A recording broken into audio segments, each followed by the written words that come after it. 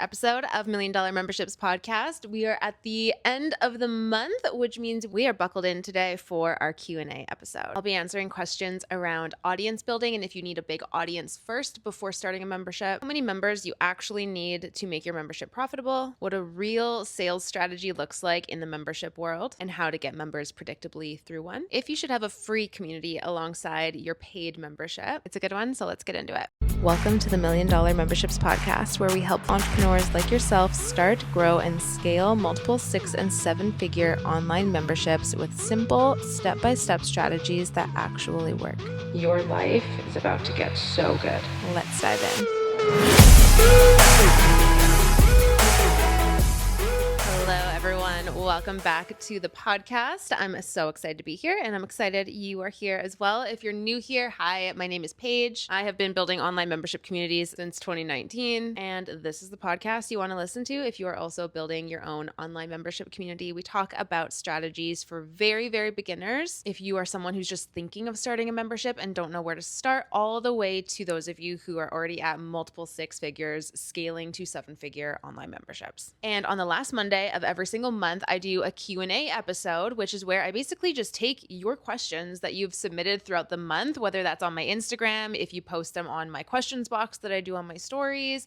I have some people actually email our support email. Just gather your questions from all over the place, and I pick a few to really deep dive into on these episodes. So let's get right into it because we have a lot of ground to cover. The first question is from Chris. He says, "Hi Paige, my girlfriend is really inspired by your podcast. She would like to build a membership around spirituality, and I'm curious to know if she can build a membership without an audience, or if it's best to build an audience first before the membership. Also, does she need a transformation, a clear path, or is it possible for her to build a membership with practical spirituality tools to know yourself better? I know it may be more of a question to ask working with you, but don't worry, she'll have many more when she does." Thank you, Chris, for submitting your question, and I cannot wait to see her inside. I love a spirituality membership. You guys know that. So first things first, you don't have to have a massive audience to start a membership. Does it help? Sometimes, if you know how to actually leverage strategy to get people inside, but you don't have to. I personally grew my first membership to multiple 6 figures with under, I think, 2,000 followers on my Instagram, and that's my primary platform. So it is definitely possible. However, the one thing that's really important with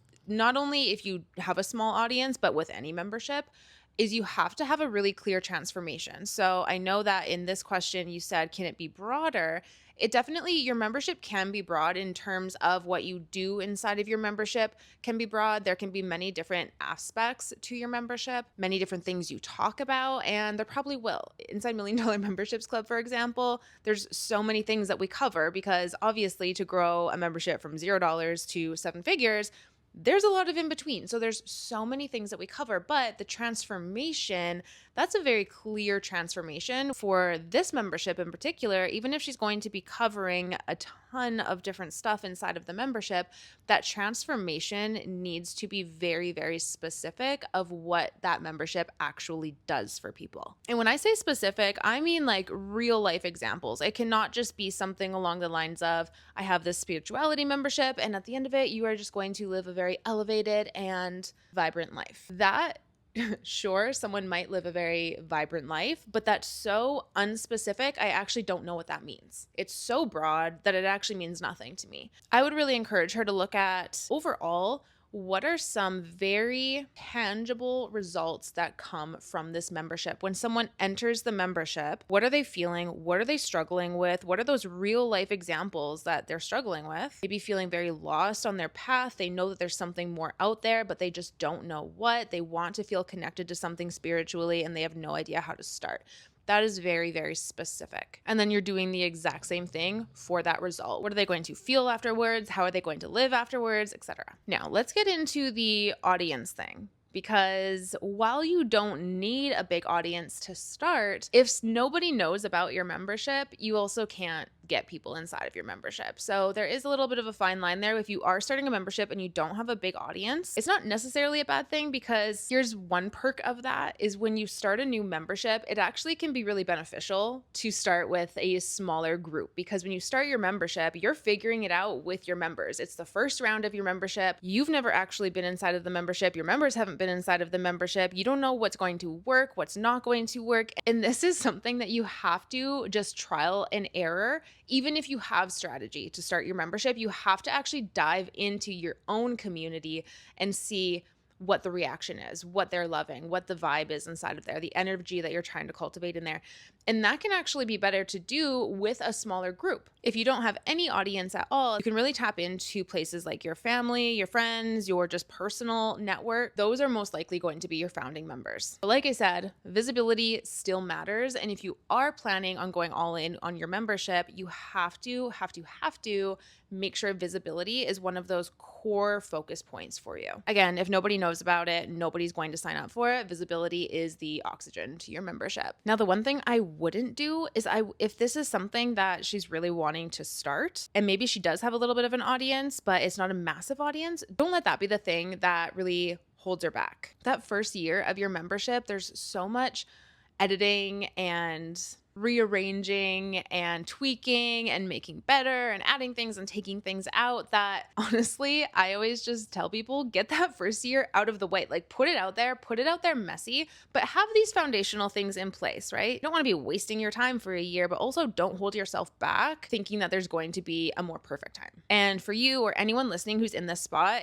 inside $1 Million Memberships Club, we do have a section where we teach you how to sell a membership months before it's even ready, to founding members, through pre-sales, through waitlists, all of the things. We give you the exact layout so that you can do that the right way. And then by the time your membership is actually ready, you've already made sales, you've already got people excited, people already know about your membership, and it's done in a really strategic way that makes your first launch just go really smooth. And if you guys are listening to this in real time, we are officially in our spring enrollment for $1 Million Memberships Club. So doors have been opened back up. If you've been waiting to get inside $1 Million Memberships Club, this is your chance. Our spring enrollment bonuses end on April 9th, and we have a big one that's actually ending on March 31st. So pause this, go to the link in the show notes, sign up for your membership if you have been waiting. If you didn't know it was open and you're like, oh shit, go do it right now before you forget, because again, we have a really big bonus that is ending on March 31st. Okay, question number 2. I know I need to be selling my membership more consistently, but I have no idea where to start. What does a real sales strategy actually look like? So first things first, when it comes to selling a membership, your messaging has to be so on point. For the majority of you listening to this, you're not doing sales calls or applications or anything like that with your membership. Some of you who have a more mid-ticket to high-ticket membership definitely might be, but for the majority of you, you guys are just selling through things like sales pages, email lists, content, that sort of thing. So messaging, first and foremost, needs to be so on point. And I'm going to tell you exactly what in your messaging specifically. So the first thing is they need to actually connect with the person that you are talking to. They need to be able to really relate to who you're saying this membership is for. They need to see themselves in the problem first. So you need to highlight the main problems your members are going through. And just like I said in the other example, this is not vague. This is not broad. This is something where people are like, oh shit, that is me. I can feel myself in that. For example, you're not just saying if you're low energy and drained, because that's so broad. What does that mean? You have to actually paint the picture of what that thing looks like. So you need to really understand what it is that your clients or your members are struggling with. And then you need to dig one step deeper. So in that example, it's not just going to be you have low energy. Maybe it's you're so sick of feeling like shit by the end of the day, and then you journal and tell yourself that you're going to do better. The next day, you're going to get up, you're actually going to go to the gym, you're going to eat a healthy breakfast, and another day rolls around and you snooze your alarm yet again. You rush out of bed, you skip breakfast, and the cycle repeats itself. So you're really getting actually clear of, okay, low energy is one thing, but what does that actually look like? So that's the first thing. The second thing is you need to then also paint the picture of what it is that they are trying to achieve. So in this example, this person is obviously sick of being low energy. They want high energy, but they might not even know that they want high energy. They just might know that they want to feel better.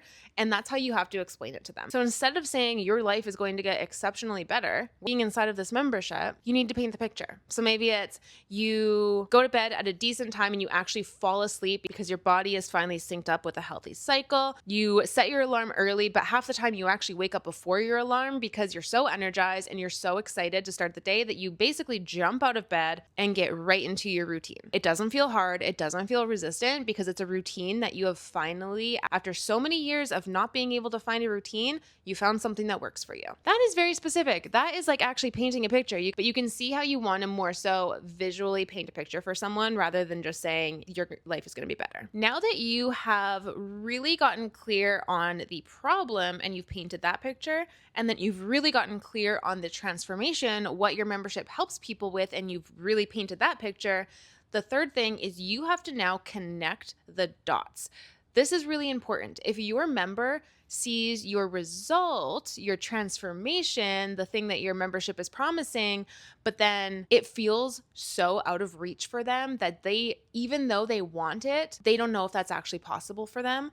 Your job is to make sure that they know that that is possible for them. And the way you do that is you pinpoint exactly where in your membership they are going to be able to get that result. Every single result that you have from your membership should obviously tie back to your membership. You should be able to describe how being in their membership specifically is going to get them each result. So you need to you have to basically build that bridge, and the bridge is your membership to each result that you are promising. Here is where the selling part, the strategic selling part comes into place.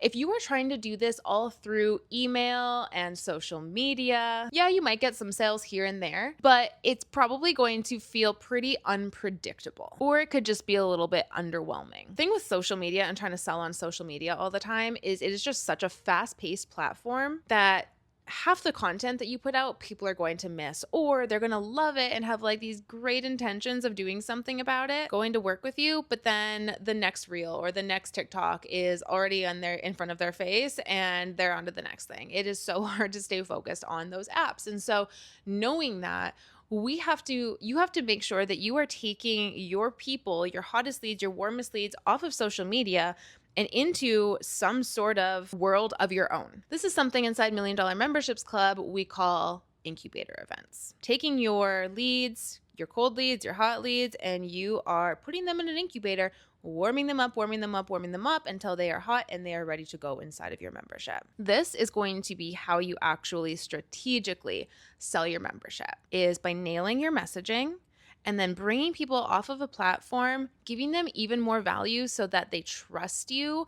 They can be communicated to the entire process that we talked about before with the result and the transformation and the messaging and all of that. And then you have some urgency to get them in the doors right then. Basically you're giving them an incentive to join now rather than later. It's actually very simple, but most people just won't follow these through because it does take time, or people just feel like they're not doing it right, or the audience just isn't there, which if any of this is you, we solve all of this inside $1 Million Memberships Club. And actually, if you join right now, April 1st, we are starting our 30-day membership growth challenge, where if you already have a membership, you can map out your entire next strategic sales event right there with us on the 30 days so that you know that you're doing it right. You have the feedback, you have the support, and you have that buzz and the energy and momentum from everyone else in the community doing it as well. And if you're new, or maybe you just ran a sales event, you can also use this. You pre-plan your next one and make sure that it is the best sales event that you have ever run in your entire life. Again, $1 Million Memberships Club is open for spring enrollment. And trust me, you want to be in this challenge. The link for $1 Million Memberships Club is down below. Or if you were listening to this on podcast, it is in the show notes. Okay, next question is a DM that I got on Instagram, which says, I use the community called School and they have a free option. I'm tempted to offer this to get more potential clients. I am able to ask questions before they join, so not anyone can join willy-nilly. Love that. I also want to keep my community to people I work closely with. I'm trying to think outside the box and what might help me and my community, and my current community isn't that chatty right now. Thoughts, please. So I love this question. I actually don't know if I've covered this. I don't remember.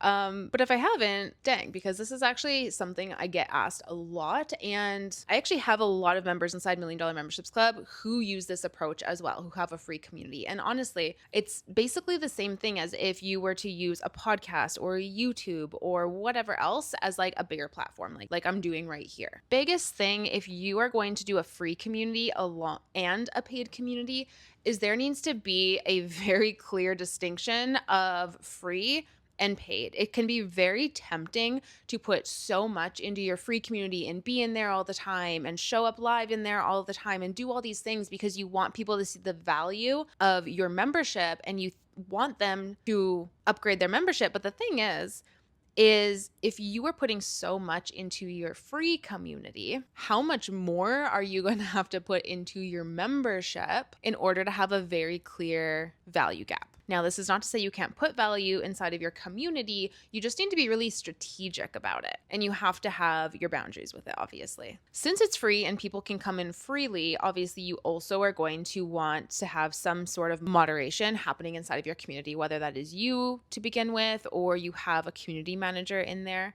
When people are coming into a free community, a big worry is that some weirdos are going to come in and kill the vibe or make it feel like an unsafe place.